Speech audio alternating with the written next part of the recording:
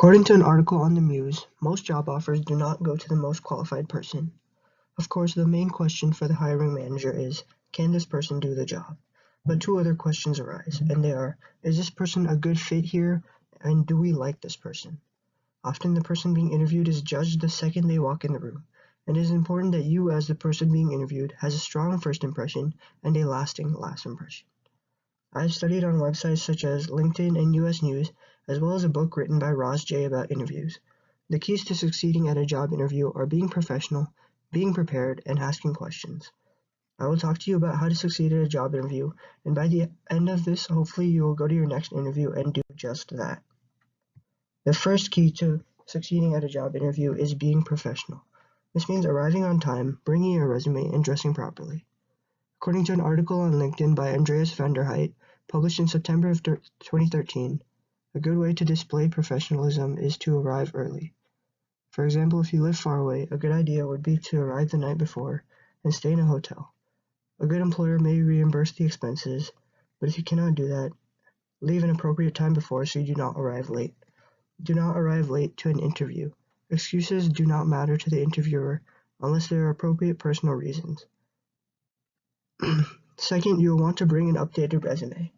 You want to avoid putting a photo on your resume and avoid putting any information that is irrelevant to the job. As you can see here, you just have the name, the contact information, qualifications, prior work history, and education.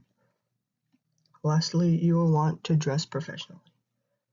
For a man, this could mean a formal shirt with a jacket, pants, and dress shoes. For women, this could mean a blouse with a jacket, skirt, and these court shoes. But, of course, this can depend on the company, so it's important to do research on the company beforehand. You will want to avoid being underdressed for interviews. It is always better to be overdressed than to be underdressed for an interview. If you want to avoid any of this, make sure you do research so you know exactly what the company is looking for. The next step is to be prepared. This means conducting research and answering questions coherently. You'll want to be prepared for any common questions that the interviewer may ask you. These can include questions such as, how do you think you would fit in this company, or why do you want to work here? For common questions such as these, it is important to prepare so you differentiate yourselves from other people that would give similar responses to yours. You'll also want to be prepared for any uncommon questions that the interviewer may ask.